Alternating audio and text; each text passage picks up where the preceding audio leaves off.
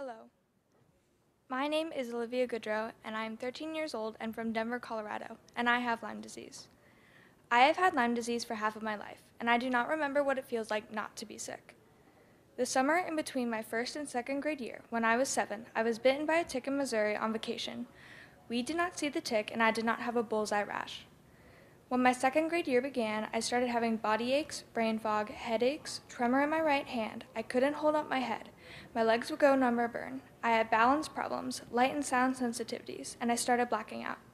My body felt like wood, and it was very hard to get out of bed. My parents took me to over 50 doctors. I had MRIs, CAT scans, spinal taps, EKGs, liver biopsy, under and lower endoscopy. I had my adenoids removed and over 100 blood draws. I spent a week in the hospital and was in and out of the ER. I was told I needed to drink more water. Then I was misdiagnosed with Wilson's disease and told that I would not live past the age of 40. Then, when the DNA test came back saying that I did not have Wilson's disease, I was asked if maybe I was making this up. January 29, 2013, my 51st doctor finally diagnosed me with Lyme disease. This doctor put me on 30 days of antibiotics and said that I would be back to normal. By the 5th day of being on the antibiotics, my parents said that they had seen the twinkle in my eye that had been missing for 18 months.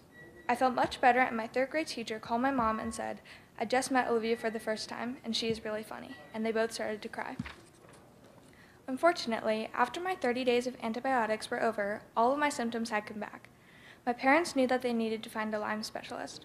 For 3 years, I bounced around to different Lyme doctors in Colorado, but I was not getting better. My 54th doctor is Dr. Richard Horowitz. With his MSIDS model, not only do I have Lyme disease, but he diagnosed me with Bartonella, Babesia, relapsing fever, POTS syndrome, low immune globulins, and anti-1 tryptophan deficiency in my liver. This was all from one tick bite that I never saw and never had a rash, and 53 doctors missed everything. What second grader would make up a tremor in her hand, blacking out, and not being able to hold up her own head? While my friends were on spring break, I had a liver biopsy, spinal tap, and hundreds of tests that I did not need.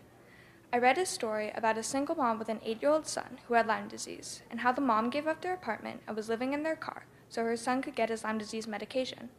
After reading that story, I knew I had to do something to help these kids with Lyme disease. So, on January 18, 2017, I launched the Live Lyme Foundation. I have raised $288,000 for kids that cannot afford their Lyme medication, and for scientists and their research for better tests, better treatment, and to find a cure for everyone that is suffering from Lyme disease. Since January 18th, we have had 41 families from 22 different states apply for grants. The children are ages 4 to 20, with 4 families having 3 or more kids with Lyme disease. This Saturday, I will be announcing the 10 families that will be receiving a grant from the Live Lyme Foundation. This has been really hard because I wish I could help all of these families and their kids. I have already given $75,000 in research grants to Dr. Sapia at New Haven, Dr. Zong at Johns Hopkins, and Dr. Rajadas at Stanford. My next grant will be going to Dr. Lewis at Northeastern. Having met and toured all of these scientists' Lyme labs, which I learned how hard they and their team are working for the Lyme community. These scientists give me hope that we will have better treatment and a cure in the future. So, I am here today to represent all of the children that are told that they are making it up. I am here to represent all of the people that are sick with Lyme disease and that cannot help themselves. I am here to represent all of the people that have lost their savings to help their loved ones with Lyme disease. And I am here because if a 13-year-old girl from Denver, Colorado can make a small difference in the Lyme world, think of what this panel of experts can do.